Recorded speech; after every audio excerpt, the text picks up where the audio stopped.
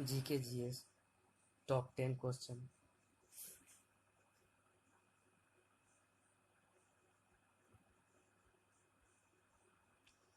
Gene परिवर्तन या genetic mutation किस में होता है? ऑप्शन नंबर ए डीएनए में, ऑप्शन नंबर बी आरएनए में, ऑप्शन नंबर सी क्रोमोसोम में, ऑप्शन नंबर डी राइबोसोम में। इसका राइट आंसर हो जाएगा ऑप्शन नंबर ए डीएनए में होता है। डीएनए में जीन परिवर्तन जेनेटिक म्यूटेशन होता है। DNA deoxyribonucleic acid. Watson और क्रिक ने डीएनए द्विकुंडल सिद्धांत दिया था, जिसके कारण इन्हें 1962 में नोबेल पुरस्कार से नवाजा गया था। डीएनए का आनुवंशिक रोगों का वाहक होता है। डीएनए का निर्माण जेनेटिक कोड के द्वारा होता है। आरएनए का कृत्रिम निर्माण डॉक्टर हरगोविंद खुराना ने किया था। आरएनए राइबो न्यूक्लिक एसिड होता है। इसका मुख्य कार्य प्रोटीन संश्लेषण करना है। यह एक छड़ वाली संरचना होती है। Next question. वाहनों में पीछे का दृश्य देखने के लिए कैसा दर्पण प्रयोग करते हैं? ऑप्शन नंबर ए समतल दर्पण, ऑप्शन नंबर बी उत्तल दर्पण, ऑप्शन नंबर सी अवतल दर्पण, ऑप्शन नंबर डी गोलीय दर्पण। इसका राइट आंसर जाएगा ऑप्शन नंबर बी उत्तल दर्पण का प्रयोग करते हैं। उत्तल दर्पण का उपयोग वाहनों के पीछे का दृश्य देखने के लिए होता है। उत्तल दर्पण का अन्य उपयोग परावर्तक लैंपों में किया जाता है। अवतल दर्पण का उपयोग गाड़ी के हेडलाइट, सर्च लाइट में, सोलर कुकर में, आँख, नाक, कान के डॉक्टरों के द्वारा दाढ़ी या बनाने या हजामत बनाने में प्रयोग किया जाता है। समतल दर्पण का उपयोग घरों में चेहरा देखने के लिए होता है। नोट: समतल दर्पण का फोकस दूरी अनंत होता है। Next question. Congress socialist party का गठन हुआ था? ऑप्शन नंबर ए 1930 में, ऑप्शन नंबर बी 1931 में, ऑप्शन नंबर सी 1934 में, ऑप्शन नंबर डी 1939 में। इसका राइट आंसर जाएगा ऑप्शन नंबर सी 1934 ईस्वी में हुआ था। इसका गठन 1934 में पटना में ही हुआ था। 1931 में बिहार सोशलिस्ट पार्टी का गठन हुआ था। 1930 में बिहार में नमक सत्याग्रह शुरू हुआ था। 1939 में सुभाष चंद्र बोस ने फॉरवर्ड ब्लॉक का गठन कलकत्ता में किया था। 1940 में इसकी एक शाखा बिहार में भी गठन हुआ था। Next question.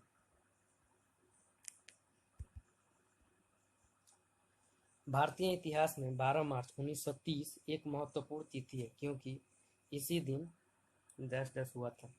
ऑप्शन नंबर ए महात्मा गांधी ने प्रसिद्ध दांडी मार्च को आरंभ किया था। ऑप्शन नंबर बी नमक सत्याग्रह नाम से विख्यात असहयोग आंदोलन शुरू करने के लिए महात्मा गांधी को गिरफ्तार किया गया था।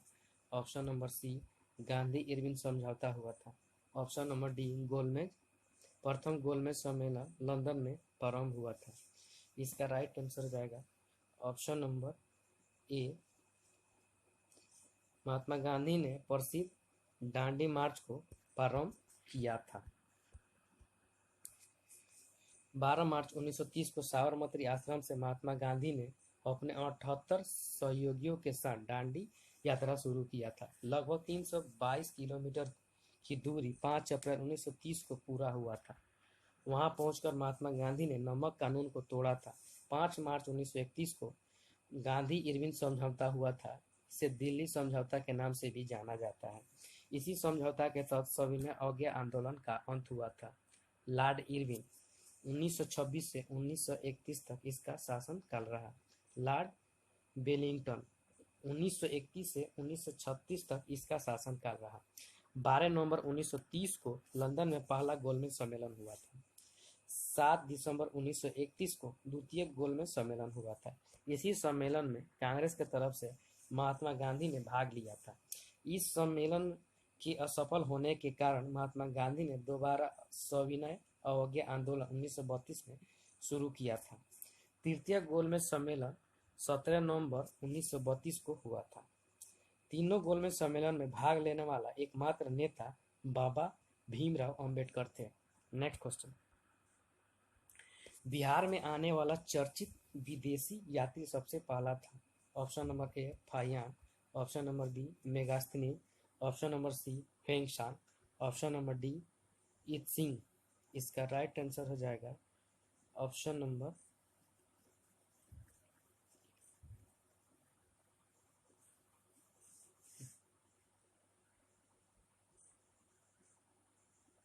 मेगास्थनीज था। ऑप्शन नंबर बी, बिहार में आने वाला चर्चित विदेशी यात्री सबसे पहला मेगास्थनीज था। मेगास्थनीज बिहार आने वाला पहला चर्चित विदेशी यात्री था। मेगास्थनीज 304 से 5 बीसी में पाटलिपुत्र आया था। यह सेकुलस निकेटर का राजदूत था। यह चंद्रगुप्त मौर्य के दरबार में आया था। इसकी पुस्तक इंडिका चर्चित रहा था। इस पुस्तक से मौर्य कालीन के बारे में जानकारी मिलता है। फाहियान 399 से 414 एडी में बिहार आया था। यह चंद्रगुप्त द्वितीय के दरबार में आया था। इत्सिंग 777 एडी में आया था। इसने प्रमुख विश्वविद्यालय जैसे नालंदा, विक्रमशिला विश्वविद्यालय का उल्लेख अपने पुस्तक में किया था। हेनसांग यह 635 एडी में बिहार का भ्रमण किया था तथा यह नालंदा विश्वविद्यालय में अध्ययन तथा बौद्ध ग्रंथों का एकत्र करके ले गया था। यह हर्षवर्धन के शासन काल में 629 एडी में भारत आया था। लगभग 15 वर्ष तक भारत में रहा था। इसकी प्रमुख पुस्तक सियूकी है। इस पुस्तक में उसकी मात्रा वृत्तांत वर्णित है। नेक्स्ट क्वेश्चन, भारतीय संविधान में किस अनुच्छेद में राष्ट्रपति को यह अधिकार मिला है कि वे किसी भी दंडित व्यक्ति को क्षमा कर सकता है? ऑप्शन नंबर ए अनुच्छेद 80, ऑप्शन नंबर बी अनुच्छेद 58, ऑप्शन नंबर सी अनुच्छेद 78, ऑप्शन नंबर डी अनुच्छेद 72। इसका राइट आंसर जाएगा ऑप्शन नंबर डी अनुच्छेद 72 में। अनुच्छेद 72 के तहत राष्ट्रपति को यह अधिकार प्राप्त है कि वे किसी भी दंडित व्यक्ति को क्षमा कर सकता है। अनुच्छेद 72 के तहत राष्ट्रपति किसी दंडित व्यक्ति की सजा को कम तथा उसका पर विलंबन या परिहार या लघुकरण कर सकता है। फांसी की सजा को भी माफ या कम कर सकता है। अनुच्छेद 73 में कहा गया संघ की कार्यपालिका शक्ति राष्ट्रपति में निहित होगा। अनुच्छेद 74 में कहा गया है मंत्री परिषद का गठन हुआ है। अनुच्छेद 75 में प्रधानमंत्री की नियुक्ति राष्ट्रपति करते हैं। अनुच्छेद 78 में प्रधानमंत्री राष्ट्रपति को सूचना देने के लिए बाध्यकारी है। अनुच्छेद 80 राज्यसभा का गठन है। अनुच्छेद 81 के तहत लोकसभा का गठन होता है। अनुच्छेद 58 राष्ट्रपति के योग्यता से संबंधित है। अनुच्छेद 76 राष्ट्रपति महान्यायवादी या अटॉर्नी जनरल का नियुक्ति करते हैं। नेक्स्ट क्वेश्चन, भारत में सार्वजनिक निर्माण विभाग पब्लिक वर्क डिपार्टमेंट का गठन किसने किया था? Option number A Lord Dalhousie, option number B Lord Warren Hastings, option number C Lord William Bentinck, option number D Lord Ripon. इसका राइट आंसर रहेगा option number A Lord Dalhousie ने किया था। लॉर्ड डलहौजी ने भारत में सार्वजनिक निर्माण विभाग का गठन किया था। लॉर्ड डलहौजी इसने पृथक रूप से भारत में पहली बार इस विभाग का गठन किया था। लॉर्ड डलहौजी 1848 से 1856 इसे रेल डाक तार का जनक कहा जाता है। भारत में पहली बार रेलगाड़ी 16 अप्रैल 1853 को मुंबई से ठाणे 34 किलोमीटर इसी के शासनकाल में चली थी। इन्हें राज अपहरण नीति या व्यक्तिगत सिद्धांत या डॉक्ट्रिन ऑफ लेसेप्स के लिए जाना जाता है। इसके समय ही भारतीय नागरिक सेवा के लिए प्रथम बार प्रतियोगिता परीक्षा हुई थी। लॉर्ड हेस्टिंग्स 1813 से 1823 इसने पिंडारियों का दमन किया था। इसने मराठाओं की शक्ति को पूर्ण रूप से खत्म कर दिया था। इसके समय ही काश्तकारी एक्ट या टेनेंसी एक्ट लागू हुआ था। लॉर्ड वारेन हेस्टिंग्स 1772 से 1785 यह पहला गवर्नर जनरल था जिस पर महाभियोग चलाया गया था।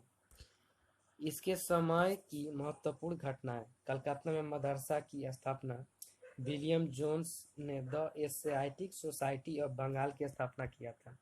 भारत का पहला समाचार पत्र द बंगाल गजट का प्रकाशन जेम्स हिक्की के द्वारा हुआ था।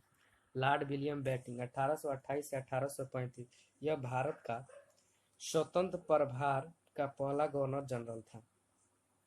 इसके समय की महत्वपूर्ण घटनाएं: 1829 में राजा राम मोहन राय के सहयोग से सती प्रथा का अंत हुआ था। ठगी प्रथा का अंत हुआ था। मैकाले के द्वारा अंग्रेजी को विशेष दर्जा दिया गया था। कलकत्ता में एक मेडिकल कॉलेज की स्थापना हुआ था। लॉर्ड रिपन 1880 से 1884 इसने वर्नाकुलर एक प्रेस को समाप्त किया था। इसके समय में ही भारत में 1881 से नियमित जनगणना शुरू हुआ था। नोट: पहली बार भारत में जनगणना 1872 में लॉर्ड मेयो के शासनकाल में हुआ था। प्रथम कारखाना एक्ट इसी के समय 1881 में लागू हुआ था। रिपन को फ्लोरेंस नाइटिंगेल ने भारत का उद्धारक कहा था। नेक्स्ट क्वेश्चन, भारत में हिमालय की सबसे ऊंची चोटी है? Option number A Mount Everest, option number B Kanchenjunga, option number C Nanda Devi, option number D Annapurna. इसका राइट आंसर जाएगा ऑप्शन नंबर बी कंचनजंगा।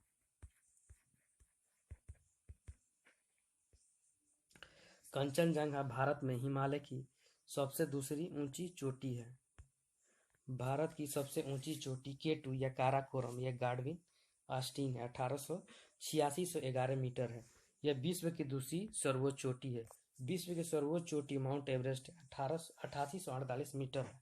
यह नेपाल में स्थित है। K2 या ट्रांस या तिब्बती हिमालय पाक अधिकृत कश्मीर में है। लद्दाख, जास्कर या पीर पंजाल इसी श्रेणी में है। नंदा देवी कुमायूं या हिमालय की सर्वोच्च चोटी है। कुमायूं हिमालय का विस्तार सतलज नदी से लेकर काली नदी तक है। अन्नपूर्णा पर्वत नेपाल में स्थित है। इसकी ऊंचाई 8078 मीटर है। नेक्स्ट क्वेश्चन, उत्तर कोरिया तथा दक्षिण कोरिया के बीच सीमा रेखा को क्या कहते हैं? Option number A Radcliffe रेखा, ऑप्शन नंबर बी 49वीं समांतर रेखा, ऑप्शन नंबर सी 38वीं समांतर रेखा, ऑप्शन नंबर डी 17वीं समांतर रेखा। इसका राइट आंसर जाएगा ऑप्शन नंबर सी 38वीं समांतर रेखा के बीच स्थित है। रेड क्लिफ रेखा यह 24वीं समांतर रेखा भारत और पाकिस्तान के बीच है। 1947 में बनाया गया था। डुरंड रेखा पाकिस्तान और अफगानिस्तान के बीच स्थित है। 1893 में भारत और अफगानिस्तान के बीच निर्धारित हुई थी। 49वीं समांतर रेखा यूएसए और कनाडा में स्थित है। 17वीं समांतर रेखा उत्तरी वियतनाम और दक्षिणी वियतनाम में स्थित है। मैकमोहन रेखा भारत और चीन में स्थित है। 1914 में बनाया गया था। मेन रहित रेखा रूस और फिनलैंड में स्थित है। मैग्नेट रेखा जर्मनी और फ्रांस में स्थित है। हिंडनबर्ग रेखा जर्मनी प्लस पोलैंड में स्थित है। नेक्स्ट क्वेश्चन, एक साधारण घड़ी गर्मी में सुस्त हो जाती है क्योंकि पेंडुलम की लंबाई ऑप्शन नंबर ए बढ़ जाती है, इसलिए दोलन काल घट जाता है। ऑप्शन नंबर बी बढ़ जाती है इसलिए दोलन काल बढ़ जाता है। ऑप्शन नंबर सी घट जाती है इसलिए दोलन काल घट जाता है। ऑप्शन नंबर डी बढ़ जाती है इसलिए दोलन काल बढ़ जाता है। इसका राइट आंसर है ऑप्शन नंबर बी बढ़ जाती है इसलिए दोलन काल बढ़ जाता है। एक साधारण घड़ी गर्मी में सुस्त हो जाती है क्योंकि पेंडुलम की लंबाई बढ़ जाती है। सरल लोलक का आवर्ती बराबर 2 into L by g root होता है। सरल लोलक का आवर्त काल लंबाई पर तथा गुरुत्वीय त्वरण पर निर्भर करता है। गर्मियों में लोलक वाली घड़ी सुस्त हो जाती है, जबकि स्प्रिंग लोलक वाली घड़ी को अगर हम चंद्रमा पर ले जाते हैं तो वह घड़ी सुस्त हो जाती है। Thank you friends. अच्छा लगे तो लाइक और सब्सक्राइब और शेयर जरूर करें।